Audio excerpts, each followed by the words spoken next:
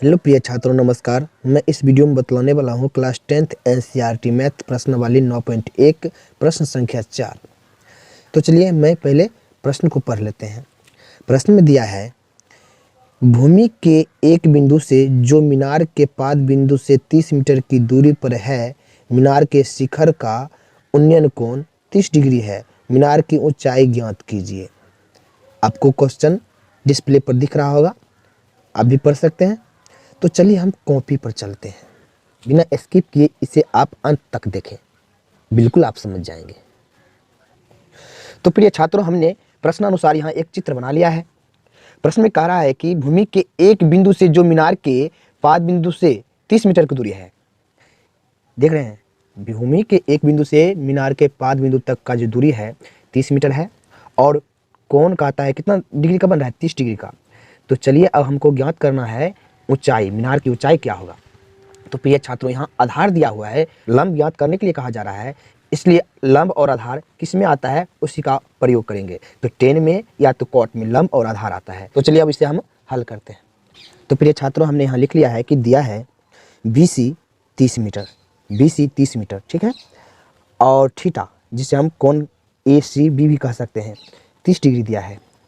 AB यानी कि मीनार की ऊंचाई बराबर H माना, क्योंकि हमें मीनार की ऊंचाई निकालना है, ठीक है। तो चलिए अब हम क्या करेंगे, 30 डिग्री का सूत्र लगाएंगे। यह होता है लंब बटे आधार। 30 का मान होता है 1/√3 बराबर का P तो हमको मालूम नहीं है, B कितना मालूम है, 30। क्रॉस गुना कर लीजिए, √3P बराबर 30। अब क्या करेंगे, P को यहाँ रखेंगे। P का मान क्या है, H यहाँ रखेंगे। यहाँ 30/√3 हो जाएगा। 3 से 30 कट रहा है तो इसलिए परिमेयकरण कर देंगे,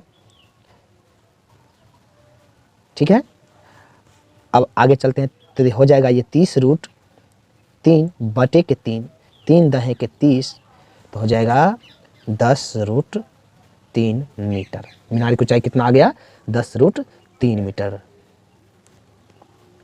तो हम फिर से समझाते हैं। दिया हुआ है BC 30 metre, theta 30 degree, AB मीनार की ऊंचाई जिसे हमने H माना। जब लंब और आधार दिया हुआ है तो हमने 10 का प्रयोग किया, तो 10 30 डिग्री बराबर होता है लंब बटे आधार। तो 10 30 का मान 1/√3 होता है, बराबर P का मान दिया हुआ नहीं है, बटे B का मान 30 है। तो हमने क्रॉस गुना करके यहाँ आया। उसके बाद P का मान H था, हम यहाँ भी H बैठा सकते थे, यहाँ भी H पुट कर सकते थे, लेकिन हमने यहाँ बैठा दिया। इससे कोई दिक्कत नहीं है। तो अब हम क्या किए, यहाँ √3 को यहाँ नीचे लाए तो बटे में आ गया। तो देखते हैं कि √3 से 30 कट रहा है, इसलिए हमने इसका परिमेयकरण कर दिए। परिमेयकरण करने के बाद हमें 10√3 प्राप्त हो गया। यही इसका आंसर है। तो प्रिय छात्रों, उम्मीद है कि आप समझ गए होंगे, इसलिए एक लाइक, कमेंट और अपने दोस्तों में शेयर जरूर कीजिएगा।